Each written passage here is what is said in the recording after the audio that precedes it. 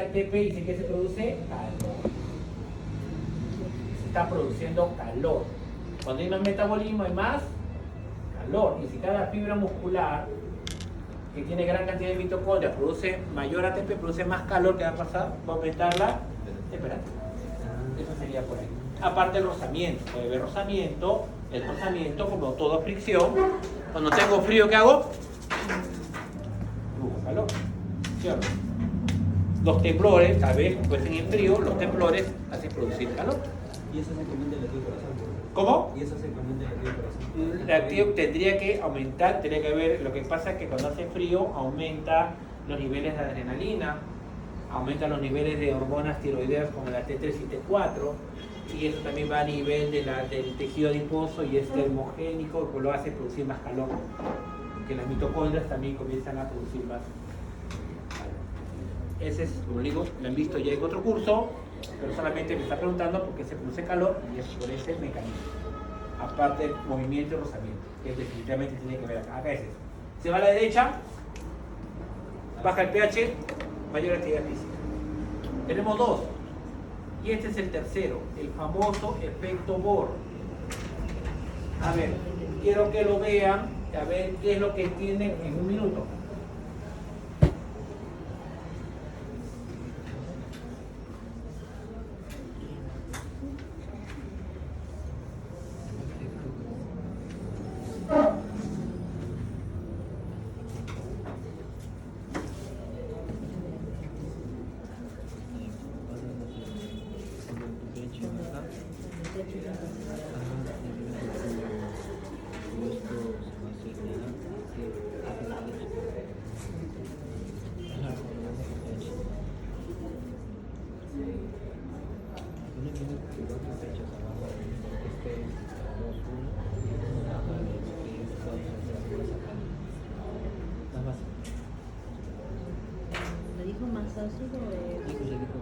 Cuéntame. A ver,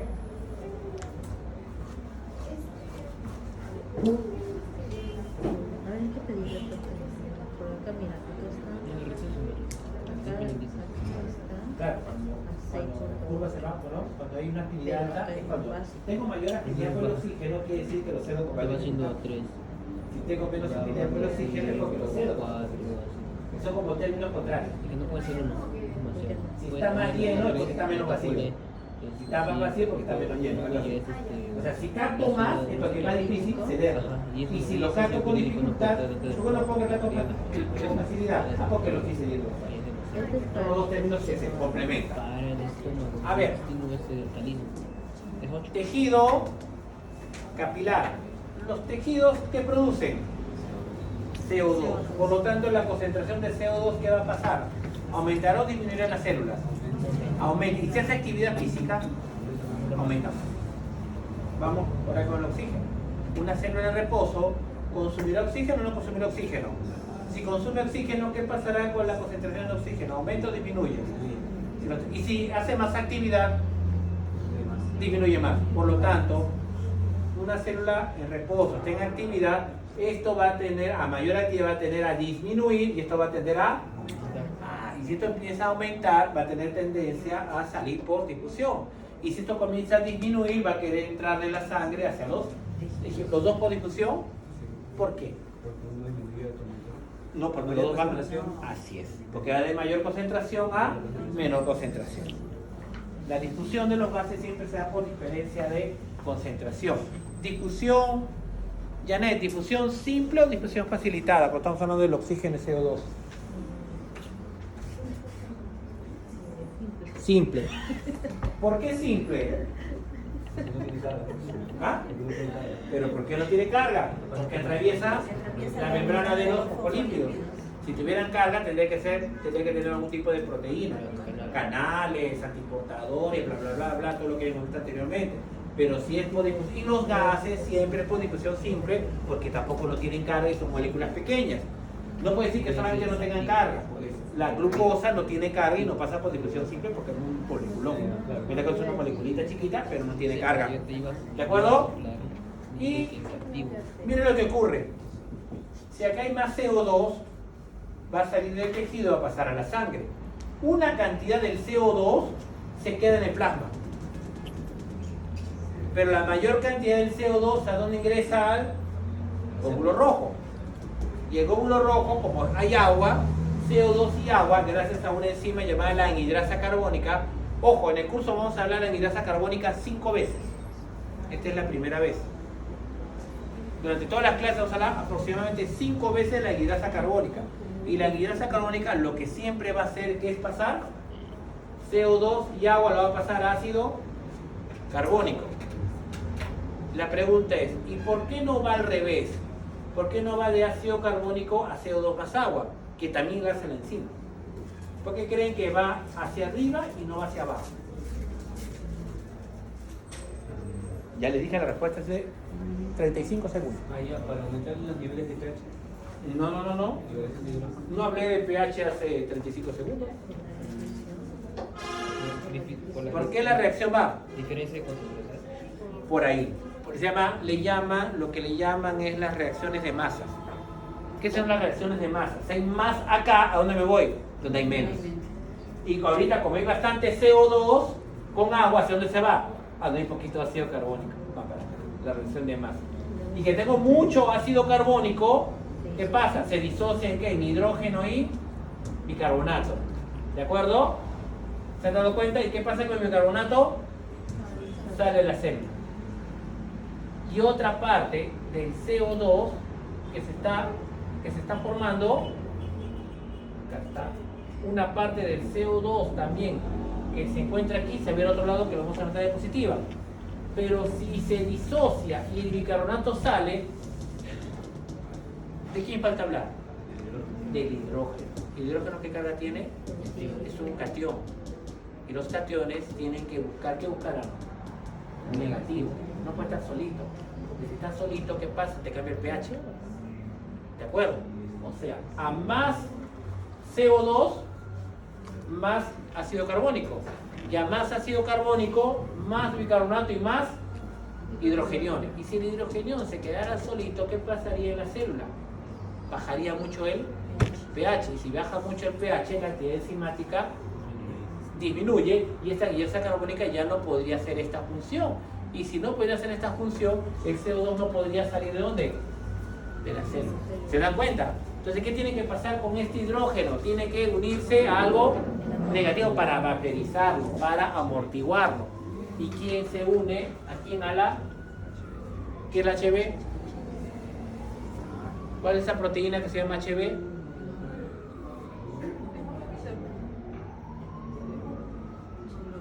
Hemoglobina. ¿Y qué hay dentro del glóbulo rojo?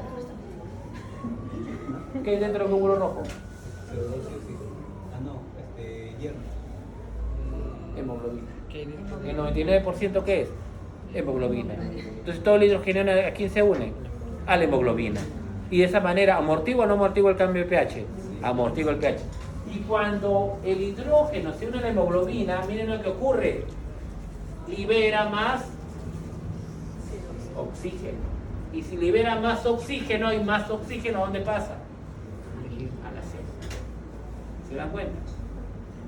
Más actividad, más CO2, más acá, más hidrógeno se une a la hemoglobina y cede más oxígeno. Por lo tanto, si una célula está en mayor actividad física, ¿debería captar más oxígeno o menos oxígeno en la célula? Más. Mira cómo, por producir más CO2, está haciendo que libere más hemoglobina. Si no, ¿cómo se da cuenta la célula? ¿Cómo se da cuenta la hemoglobina que tiene que darle más oxígeno? ¿Por qué le daría más propina a la célula? Porque está trabajando más. ¿Y cómo sabe la hemoglobina que está trabajando más? Porque hubo más hidrógeno que se unió. ¿Y cómo sabe? ¿Y por qué se unió más hidrógeno con él? Porque hubo más ácido carbónico. ¿Y por qué hubo más ácido carbónico? Porque hubo más CO2. ¿Y por qué hubo más CO2? Porque el tejido tuvo más metabolismo. A mayor CO2, mayor hidrógeno y disocio más la hemoglobina. Fin del asunto. Ya, pero acá. ¿Se dan cuenta? Ese es el famoso efecto Bohr. Anhidrasa carbónica ¿Qué? ¿de qué se trataba?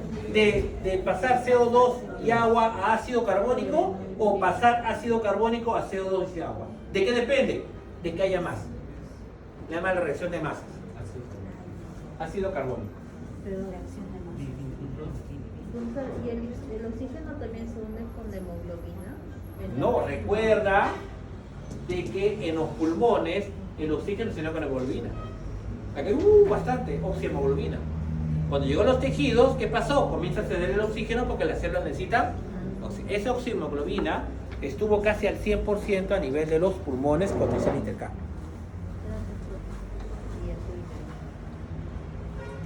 Ahora vamos a ver lo que ocurre con el CO2.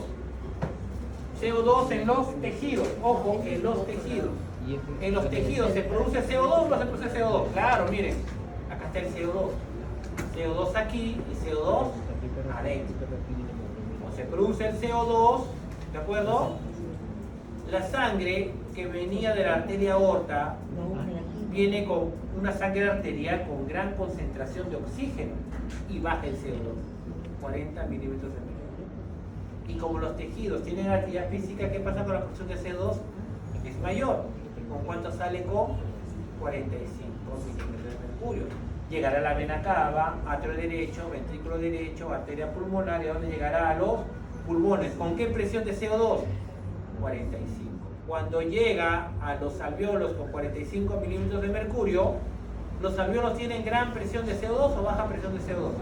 Baja, porque tiene alto en oxígeno. ¿Qué pasará con el CO2? Pasa. ¿Y qué pasará con la presión de CO2?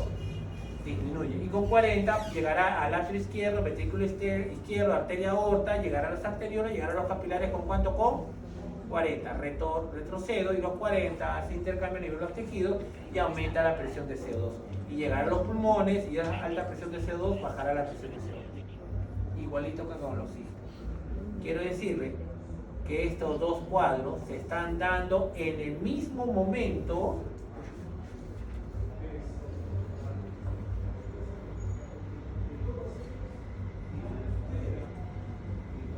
Estos dos cuadros. Este es el primero. Dice, cambiémoslo a la diapositiva. Y acá dice el título de diapositiva, difusión de oxígeno en los capilares sistémicos.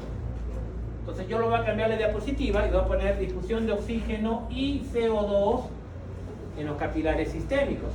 Y entonces diré, si es capilares sistémicos, se supone que la sangre vino del ventrículo izquierdo, pasó por la arteria aorta, pasó por arteriolas y llegó a los capilares.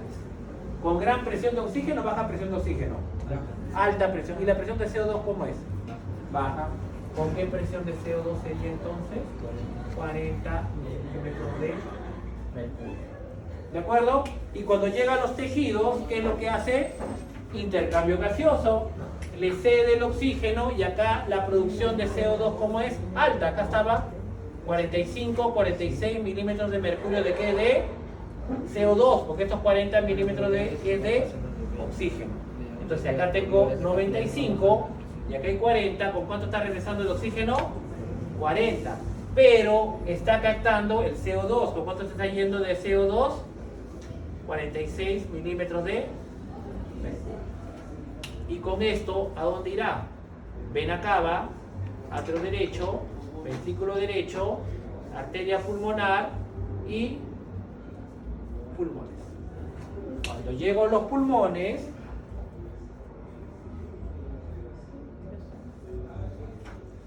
¿cómo está llegando a los pulmones ahora? Sangre un poco oxigenada. ¿Con cuánto? Con 40 de oxígeno. ¿Y de CO2? 45, 40. Y presión de CO2 de 45 milímetros de mercurio. Y cuando llegan los alvéolos que tienen 100, 104 milímetros de mercurio y presión de CO2 de 40 milímetros de mercurio, ¿qué va a pasar con el oxígeno? Lo capta. ¿Qué va a pasar con el CO2? Lo deja. Y 46 y 45, ¿qué se vuelve? 40 de CO2. Y los 40 de CO2 ¿a dónde llegará? A los tejidos para captar y llegar a 45, 46 y se da. Los dos se dan a la vez. No se da uno ni otro que el otro, se dan los dos a la vez. Hasta te diría que el CO2 es más rápido que el oxígeno, porque el CO2 es más soluble en el agua que el oxígeno.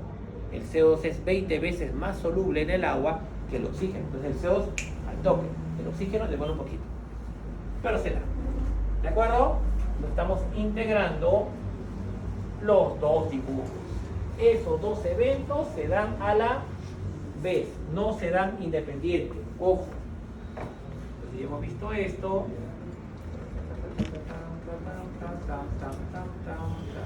También. Y es lo que decía. Produce CO2, hay más CO2. Si hay más CO2, más pasa al plasma y pasa dentro del glóbulo rojo. Se une con el oxígeno, con el agua y gracias a la grasa carbónica que se forma, hay grasa carbónica. En grasa carbónica se disocia en bicarbonato y hidrogeno. ¿Y qué pasa con el bicarbonato? Sale al plasma. ¿Qué pasa con el hidrógeno? Se une a la hemoglobina que es negativa y forma hidrógeno con hemoglobina y ¿qué cede? Oxígeno.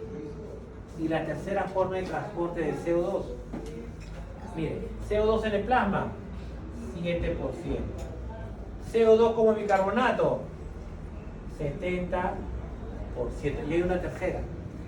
Se une a la hemoglobina y forma la famosa carba-amino hemoglobina. Hola, ¿qué tal? Carba-amino. ¿Amino qué te suena? Amino ácido. Aminoácido te suena a proteína o a grupo prostético. A proteína. La hemoglobina tiene un grupo prostético y tiene una cadena llamada globina. La pregunta, si te digo carba-aminohemoglobina, el CO2 se va a unir al grupo prostético, o sea, al hierro que está en el grupo prostético, o sea, al grupo E, o a la cadena de globina. A la cadena de globina. O sea, el CO2 no se une al grupo E, se une a la globina. ¿Y el oxígeno a quién se une? ¿Al grupo E o a la cadena de globina? Al grupo E. Por lo tanto, el oxígeno y el CO2 se unen al mismo lugar en la hemoglobina o en lugares diferentes. En lugares diferentes. Si se unen en lugares diferentes, ¿competirán? Si son lugares diferentes. Uno tiene su ganado. Su ganado la hemoglobina, el grupo E, y el otro tiene su ganado la globina. ¿Compiten por el mismo lugar? No hay problema. ¿Cuál sería el problema? Que si el CO2 se uniera ¿a dónde? Al grupo E. Si el CO2 se uniera al grupo E, ¿qué pasaría?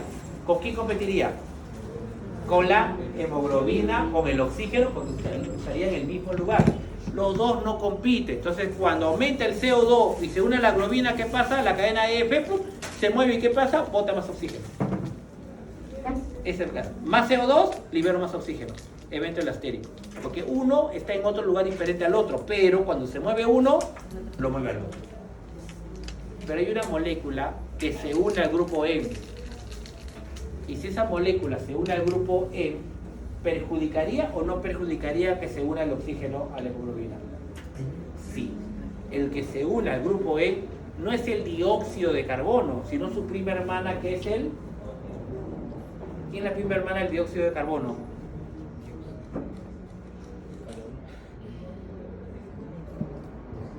¿Quién es la hermana adoptada del dióxido de carbono? ¿Quién es la que quiso ser dióxido de carbono y no pudo ser dióxido de carbono? Ya como la novela mexicana. Así como la intrusa, así como el otro. ¿Quién la que cambia? Uno se cambia por otra, vive la vida del otro y todas las tantas historias tristes que hay, que vemos las venezolanas y las mexicanas. Coreanas no he visto nada. Coreanas son buenas millones, 16 capítulos. Sí, está bien. El monóxido de carbono, claro. El monóxido de carbono. ¿Y dónde se produce el monóxido de carbono? ¿Nosotros producimos monóxido de carbono? Somos diésel, somos de la 90, ¿no? somos 96 octanos, 98 octanos, somos gasol, somos GLP, ¿qué somos? ¿Dónde se produce el monóxido de carbono? En el fuego. El parque automotor. ¿Dónde fumamos?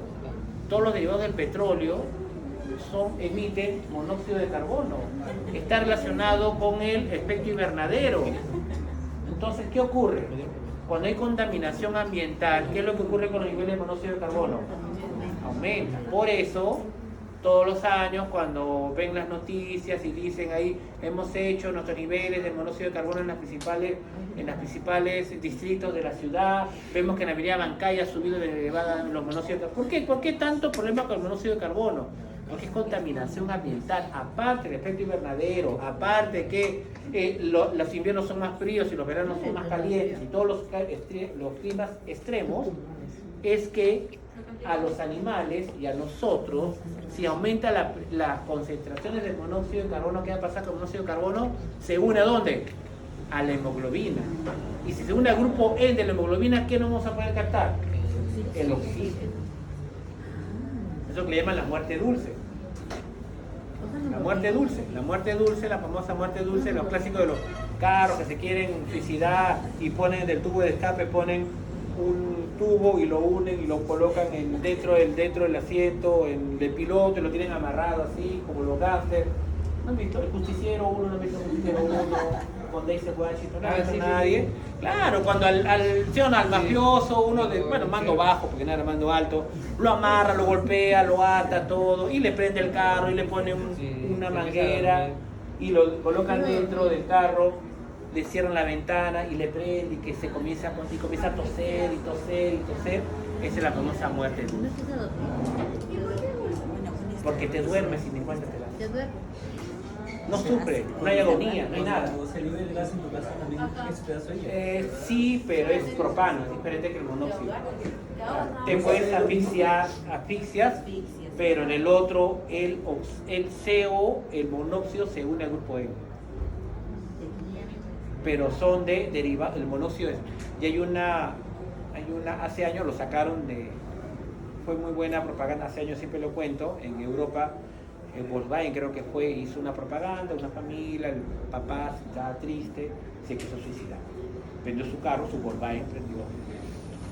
Porque sale la marca, prende su Volkswagen, pone todo el sistema, prende, pone una musiquita triste, prende todo y se ve que con transcurso en la noche el señor se queda dormido dentro del carro. Muere, pues, ¿sí o no? Y está durmiendo y se levanta. Dijeron, son los primeros carros que son libres de monóxido de carbono.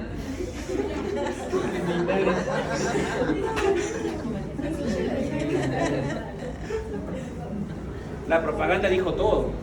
Lamentablemente hirió susceptibilidades y tuvieron que sacarlo. Pero los carros ecológicos, carro eléctrico, no emitía gases de efecto invernadero, por lo tanto nunca se pudo suicidar porque no emitía monóxido de carbono. Luego salió de que Volkswagen cambiaba los niveles de monóxido y tuvo un problemón pues, Volkswagen en Europa. Les quitaron sus estrellas de ser mejores vendedores, porque es una marca muy fuerte. Y vieron que unos estaban adulterando los niveles, emitía más de lo que decía y hubo un problemón hace 15 años habrá sido. Y Volkswagen lo que era bajó un poco. A lo que era Volkswagen, Volkswagen, de escarabajo Volkswagen era lo máximo. Y estaban, pero hace años en Europa estaban, pero. Y eso les bajó. Éticamente, pues.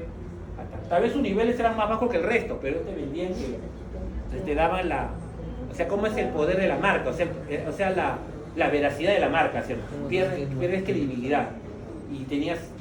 Y rompió mucho comercialmente, le golpeó bastante a Volkswagen esa vez por esas adulteraciones. Eso sí lo encuentro.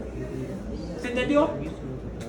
La diferencia. Y cuando el monóxido de carbono se une a la hemoglobina, no se puede llamar carbaminohemoglobina porque no se une al grupo globina, sino ¿a quién se une? Al grupo E.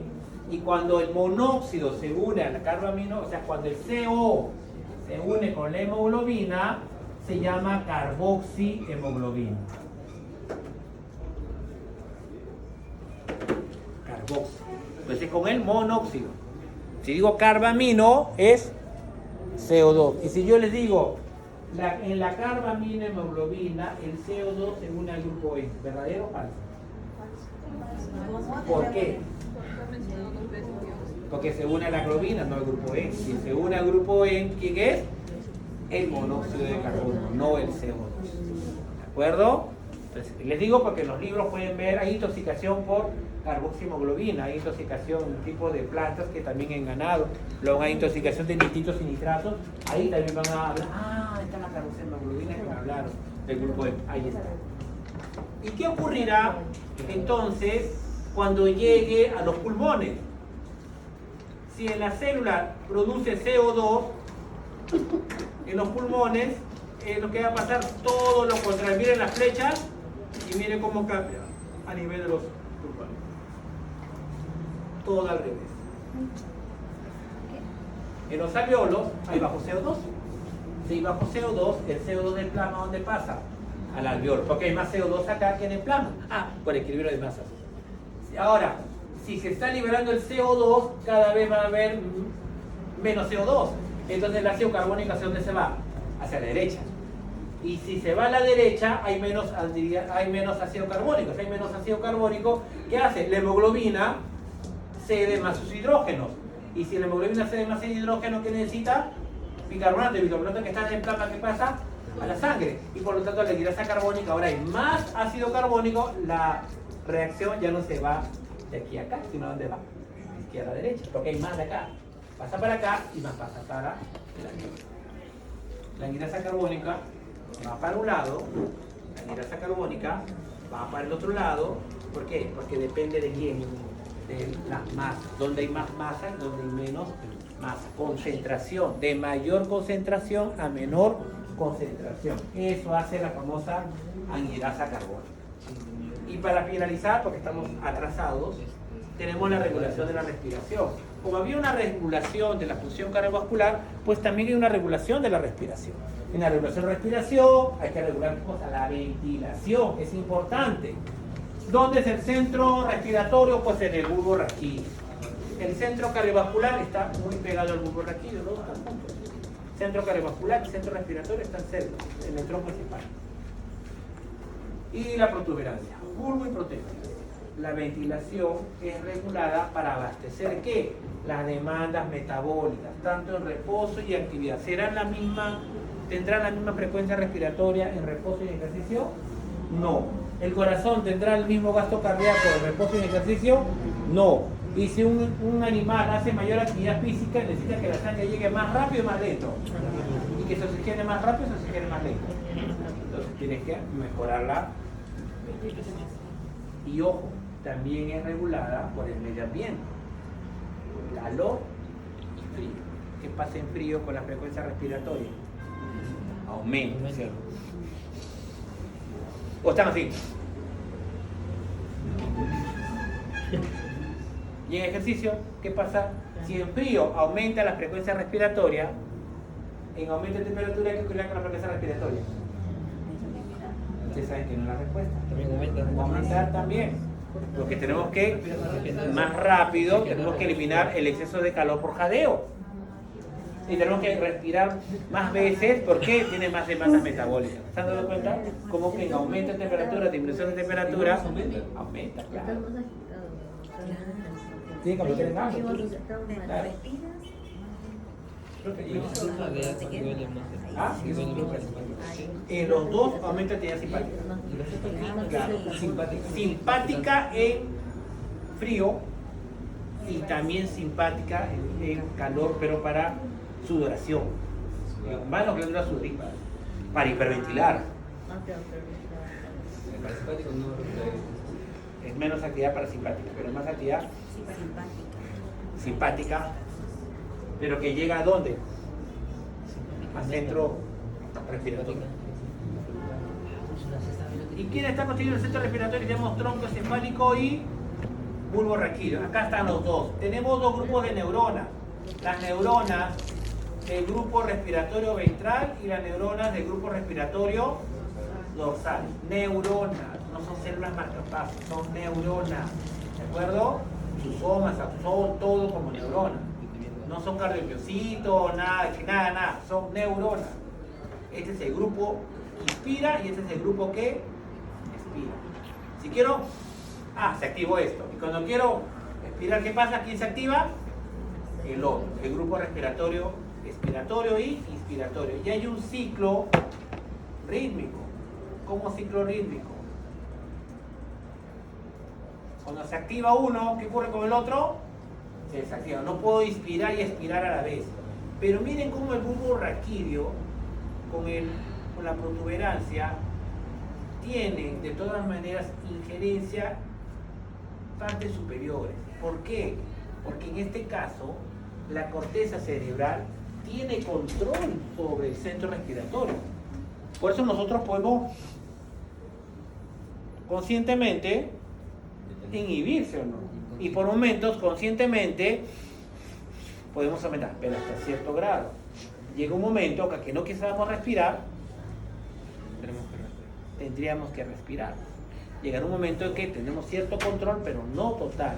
Porque nosotros, recuerden, los mamíferos y las aves, los músculos respiratorios son músculos esqueléticos, intercostales en aves, con el esternón, y nosotros los intercostales y el diafragma. ¿De acuerdo? Tenemos de ambos. Entonces, ¿tiene injerencia? Pues sí tiene injerencia sobre esa parte de aquí. ¿De acuerdo? Responsable de controlar la respiración en reposo. Acá tenemos inspiratorio. Acá, responsable de controlar principalmente la expiración. ¿Qué es la expiración? Relajar los músculos respiratorios. Activo este, inactivo el otro. Y cuando se activa el expiratorio, inactivo al inspiratorio. Es un ritmo, hay una ritmicidad. Decíamos, ¿quién controlaba este grupo neural? La corteza cerebral. Y el bulbo raquídeo, pues definitivamente tendría que llegar por el nervio frénico, llegar a los músculos respiratorios, el diafragma uno de ellos, el nervio frénico directamente al músculo diafragma. Pero también, miren cómo le llega aferencia. ¿Se dan cuenta? ¿A dónde? Aquí. Claro, la corteza tiene injerencia porque es voluntaria, pero hay señales dentro del organismo que va a hacer que, ¡hey! Vamos a darle más fuerza. Ejemplo, no quiero respirar, dice, ¿sí? Algunos durarán 10 segundos, otros durarán 20 segundos, otros minutos. ¿Sí o no? ¿De qué depende de que puedas aguantar más la respiración que otros? Ustedes saben que hay terapias también de relajación, ¿sí o no? Una de las terapias de relajación es hacer nado. Y uno de lo que hace el nado también es aguantar la respiración bajo el agua. Se utilizan muchas personas, utilizan eso. ¿Y por qué creen que hacen eso? ¿Cómo crees que eso te ayude a ti a controlarte? Para flotar. Para flotar. Usa menos movimiento. No, pero supongamos, hay casos que te sumergen en piscinas y que aguanten la respiración lo máximo posible. ¿Por qué? ¿Cuál es el principio de eso? No te hace actividad física. ¿Cuándo aguantarás más? ¿Cuando consumes más oxígeno o menos oxígeno? ¿Y cuándo consumirás menos oxígeno? ¿Cuando estás con actividad simpática o parasimpática? Y si estás con actividad parasimpática, ¿significa que estás bien relajado o poco relajado? Así controlas. ¿Entiendes? Si aguantas más, se supone de que estás bajando tu actividad, entonces tu relajación es mayor. Cuando duermes es así. Cuando bajamos, cuando dormimos, disminuye nuestra frecuencia respiratoria. O sea, nuestra relajación, muchas veces las terapias que utilizan es eso. ¿Cuánto manejas la respiración cuando nadas? Tú te vas a cansar menos cuando, si nadas como loco. ¿Quiénes son los que nadan más? Cuando uno, ¿sí o no? Y luego el otro, ¿sí o no? Y el otro que está así chapoteando se cansa más rápido, respira más veces. ¿Por qué? Porque se agota más rápido. Porque hay señales que van a afectar el centro respiratorio. Si yo digo no quiero respirar, va a llegar un momento en que voy a tener que respirar. Dígame, y si yo te apuesto, quédate un minuto más, no voy a hacerlo, aunque yo quiera. ¿Por qué? Porque va a haber señales en el cuerpo que van a comenzar a aumentar y le dirás, ¿sabes qué? Olvídate de la corteza cerebral. Hazme caso. ¿Se entiende? Y estas señales, ¿dónde tienen que estar? En la sangre. ¿De acuerdo o no? ¿Qué aumentará mucho acá? Si no respiro. El CO2 comienza a aumentar. ¿Será señal o no será señal? Claro. ¿El oxígeno aumentará o disminuirá? La hipoxia y el aumento de CO2 son señales para que aumente esto. ¿De acuerdo? Y cuando el CO2 disminuya, ¿qué sería? ¿Estimulará o estimulará menos? Menos. Entonces, por eso, como técnica de manejo de situaciones, muchas veces entran esos entrenamientos, de que uno de ellos es controlar la respiración. Cuando tú te agotas menos y tienes mayor predominio parasimpático, significa que te estás olvidando del resto de cosas que te estresan, y es una manera como que te relajas mejor. Esa idea de cuando entran a veces en estado de, cuando hacen yoga y todo lo demás, la idea es esa, pues, disminuir al máximo y tener predominio de parasimpático. Claro, esa es la idea. ¿Se entiende esa parte? Y eso es muy importante, eso lo están haciendo ahora. Esa parte de sumergible y todo lo demás tiene un porqué. Ahora, ¿se acuerdan de esas señales que decíamos que van a estimular el centro respiratorio para aumentar o disminuir? Hay de dos tipos. Los receptores centrales, que deben estar dentro del sistema nervioso central, y los periféricos, que están en el sistema nervioso periférico. Los centrales están localizados en el mismo bulbo raquídeo. O sea, donde están las neuronas inspiratorias y expiratorias. Justo. ¿Y qué responden? A incremento de la concentración, ojo, del ion hidrógeno, ¿dónde? Del líquido cefalorraquídeo. Ojo. Por eso usted me dijo aumento de CO2, no me dijo hidrógeno. No recuerda que el incremento del ion hidrógeno se debe a qué? A que hubo más CO2. Si hay más CO2 que se une ¿con qué? Con el agua. Y el CO2 y agua, gracias a la hidrasa carbónica, hay más ion ácido carbónico. Si hay más ácido carbónico, se disocia en ion hidrógeno.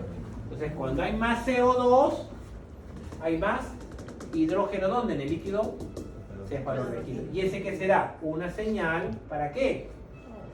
Para aumentar la ventilación. Estos receptores centrales son quimios, porque son estimulados por una molécula. ¿Qué le dicen? Por tal motivo, estos quimiorreceptores centrales también son conocidos como receptores sensibles al, aunque su señal, ¿quién era él? Hidrógeno. ¿Pero por qué hubo más hidrógeno? Porque hubo más CO2. Eso es la idea. Acá en el dibujo, miren, en sangre hay más CO2. Si en sangre hay más CO2, más con agua, gracias a la hidrasa carbónica que se forma, ácido, y el ácido carbónico se disocia en más hidrógeno, y el hidrógeno estimula más los quimiorreceptores, estimula más las neuronas inspiratorias. ¿Qué pasa? Entonces, cuando aumenta CO2, aumenta la ventilación. ¿Quimiorreceptores qué tipo? Central. Nuevamente, aumenta CO2 en sangre. Al líquido cefalorraquídeo, ¿quién difunde? El CO2. ¿Del líquido cefalorraquídeo qué hay? Anhidrasa carbónica. ¿Qué se produce más? Hidrogeniones. Hidrogeniones es un quimiorreceptor central, y ¿qué hace? Aumenta la... Profesor, ¿y por qué no el hidrógeno va directo? Porque el hidrógeno tiene carga y no puede pasar la barrera hematocefálica. Quien pasa es el CO2, porque el CO2 difunde como líquido. Hidrógeno no, porque es un ion. Tiene un receptor prácticamente, Claro. Quimiorreceptor central. Y si había centrales, también hay receptores periféricos, que son dos, quimio y mecano. Los quimiorreceptores aórticos y carotídeos, y los mecánicos se llaman los mecanoreceptores, que lo llaman, que se encuentran en el pulmón. ¿Cómo se llamará? Mecanoreceptores pulmonales. Vamos a los primeros. Los quimiorreceptores periféricos, ¿dónde lo encontramos? Igualito que en presión arterial. Se encuentra en el callado aórtico y en la bifurcación de las carótidas.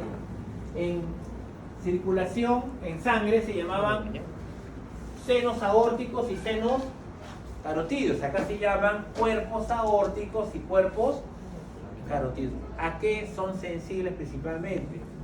A bajos niveles de oxígeno. También son sensibles a alto CO2 y alto hidrógeno, pero no responden bien. ¿Cuál es su principal estímulo? La hipoxia. La hipoxia es su principal estímulo. la hipoxia. Cuando hay baja presión de oxígeno, ¿dónde? En la sangre. ¿Y qué harán los cuerpos aórticos y carótidos? Mandarán señales ¿a dónde? Al centro respiratorio. ¿Para qué? Para que ventilen. Al nervio vago. Es vía aferente nervio vago. Aferente, no eferente. Aferente, no, aferente lleva información nada más. No he hecho eferente, he hecho aferente. Así. Se estimulan los quimioreceptores aórticos y la lubricación de las carótidas y vía nervio vago y glosofaringeo aferente llegan ¿a dónde? Al centro respiratorio. Y si llegan al centro respiratorio vía nervio frénico, que el diafragma se contraiga más veces. Eso. Ahí. Tengan cuidado con la palabra parasimpático y nervio vago. ¿Y cuáles eran los otros? Los mecanoreceptores que se encuentran a nivel pulmonar. ¿Qué significa? ¿Cuándo se estimularán estos mecanoreceptores que están a nivel del pulmón? ¿Cuando se expande o cuando se retrae? ¿Cuándo que estos mecanoreceptores se estimulan? Cuando se expande. Eso es lo que. ¿Qué es lo que ocurre acá? Fácilmente son receptores sensibles ¿a qué? Al estiramiento. ¿En qué parte del ciclo respiratorio los pulmones se expanden? ¿En inspiración o en expiración? Por eso son sensibles al estiramiento durante la inspiración. ¿Qué ocurre durante la inspiración? ¿Qué pasa? Se expande. Se expande, el diafragma se contrae, el pulmón se expande y el nervio vago le manda al centro respiratorio y ¿qué le dice? Ya tus pulmones se expandieron suficiente. ¿Qué tendría que hacer? Opción 1, que siga inspirando o corto la inspiración y doy paso a la expiración. La primera o segunda. Ustedes mismos lo han dicho. Inhibe la inspiración, no el nervio frénico lo inhibe y ¿qué se va a dar? La expiración. Eso hace los mecanoreceptores pulmonares en los mamíferos. En aves no funcionan así los mecanoreceptores. En aves, pero acá sí. Entonces los mecanoreceptores cuando se estimulan, estiramiento. ¿Durante cuál? ¿Y qué ocurre? Inhibición de la inspiración y dar paso a la expiración. Entonces, inspira, se estira. Nervio vago lleva al centro respiratorio que inhibe la inspiración, que da paso a la expiración. Este reflejo, evita la sobreinflación pulmonar. Claro, porque si es que no hubiera este mecanoreceptor, ¿qué pasaría con los pulmones? Se expandería mucho y que puede haber una lesión del parénquima pulmonar. Esa es una de las características de la ventilación mecánica. Cuando utilizan ventilación mecánica, ¿sí o no? A veces en anestesia utilizan ventilación mecánica, es muy importante con qué presión ustedes realizan esa ventilación. ¿Qué pasa si es que están con demasiada presión? Los pulmones se van a expandir nada más. Tú los soplas acá y se expanden. ¿De acuerdo? Muchas veces en COVID también de manera se compraban sus propios en la casa, han tenido muchos, ¿sí o no? Tipo de ventiladores que tenían unos que usaban como para concentradores de oxígeno, ¿sí o no? Y los concentradores de oxígeno van en la mano de cierta presión. Entonces tú no podías abusar de las presiones porque puedes sobreinflar los pulmones. Si sobreinflan los pulmones, hay lesión. Cuando hacen ventilación mecánica también tienen que ver cuánta presión tienen que hacer porque si no podría haber esto.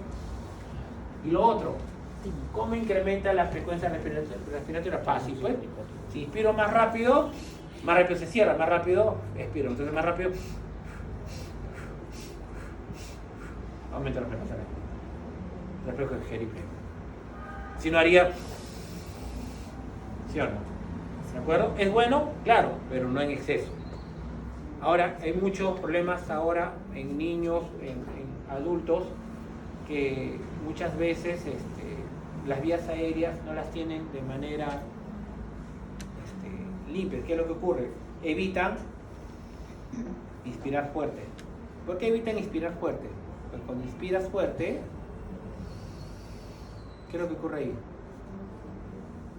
Sientes que irritación. ¿Y la irritación qué hace? Que tosas. ¿Me entienden? Así. Mejor no puedo hacer. ¿Y qué es lo que ocurre ahí? Entonces, ¿qué hacen los niños mayormente? No respiran profundamente, se respiran. Pero lo hacen ¿para qué? Porque si inspiro más, se irrita y toso, y no quieren toser.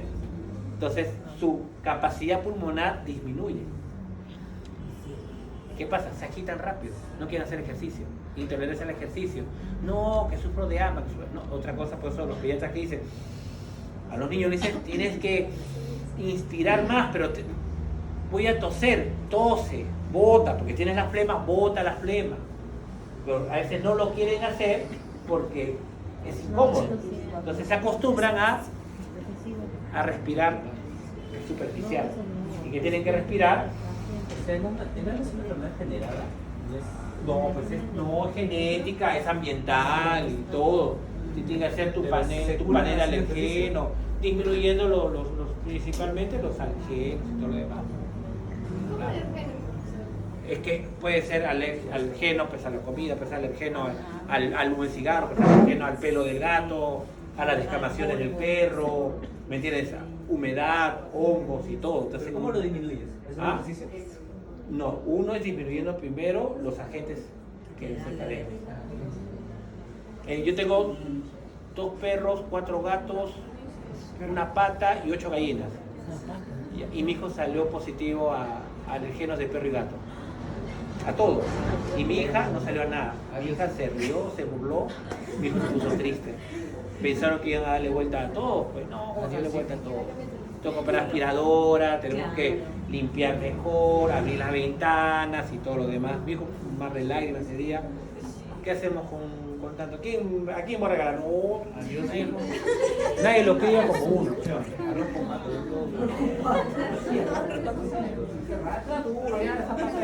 cariño. De rato, las 4 gallinas. Trajeron chiquititas, ya, de rato era, no quisieron. No, en mi casa no puedo tampoco. Hace rato le digo, ay, ya. A la señora que me ayuda le echan un arroz con pato hace rato. Y la última, miren. Falta, te deja más atrasado. Tratando de hacerlo lo más lento posible. Tratando de meterle no tantos conceptos, con ideas claras de cada cosa, a varias ideas claras, varias preguntas para examen, he hecho varios ejemplos, he hecho más de uno, ya depende de cada uno qué es lo que capte, qué es lo que capta, todo, hemos hecho muchos ejemplos, y para decir que no, actividad física, aumenta CO2 y baja oxígeno, porque se aumenta CO2 a nivel central, más CO2, centro respiratorio. Baja a nivel sistémico la presión de oxígeno. Los cuerpos carotídeos, cuerpos aórticos, hipoxia, estimulan la ventilación. ¿De acuerdo? ¿Qué más? ¿Cómo estimulo la ventilación?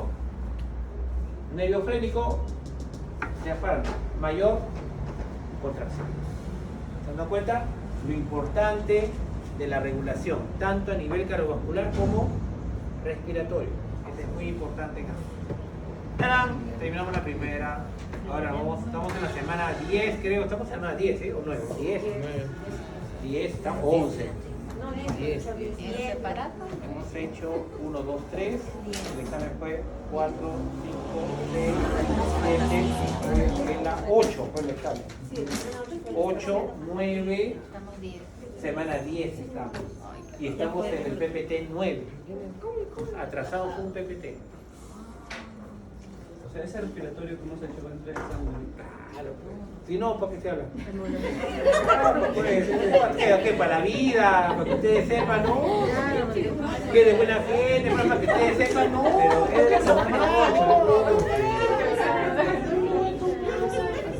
¿qué no son ustedes, ah? En la semana 9. Cuéntame, ¿qué pasó? ¿Ah? ¿Qué va a venir? Sistema respiratorio, hemos hablado un poco de glóbulo rojo, de hemoglobina, de eritropoyesis, hablamos también esa parte, y empezamos de la segunda parte de coagulación. Porque nuevamente comenzamos a retornar desde vitamina K, dije vitamina K, bla bla bla, rodenticida, hicimos todo lo demás, la práctica que hicimos virtual, más respiratorio, más lo que estamos haciendo digestivo. Digestivo, no creo que terminemos digestivo, lo que hagamos en 2 per se digestivo. Circulatorio la segunda parte. Circulatorio no. Segunda Coagulación, semana, la segunda parte. segunda parte, respiratorio y digestivo. Coagulación, la segunda parte, un poquito de claro, la segunda parte es de coagulación y todo lo que es glóbulo rojo, hicimos. Todo, claro, glóbulo rojo hicimos. Cruzarlo así. Descripción de glóbulo rojo. La siguiente semana No, una más. en la semana 2. Claro, semana 2. Para que sea 12, 13, 14, 15 y la 16 examen. Y terminamos y todos nos vamos felices y contentos. ¿Somos 18 o no? 2, 4, 6, 7, 8, 9, 10, 11, 12, 13, 14, 15. Ya perdimos a 2. Abel no ha venido. A ver, él me dijo que estaba un poquito mal. y que- Respiratorio. Sí, que solamente me comentó que estaba un poco mal y que no iba a hacer. ¿Quién más? Falta uno más. Aldair es una Ah, a ver, de lentes. Está acá atrás, sí. Bueno, ojalá. Un descansito de pro. ¿Seguro? Sí, profesor. ¿Le digo? ¿Cuál se va a quedar digestivo, profe? 10 ¿Van a venir en 10 minutos? Sí. ¿Debo confiar en ustedes? Claro. Yo confío en ustedes. La sociedad me hace cambiar, pero yo sí confío en El ustedes. hombre es bueno por naturaleza, profesor. Es la sociedad que lo cambia.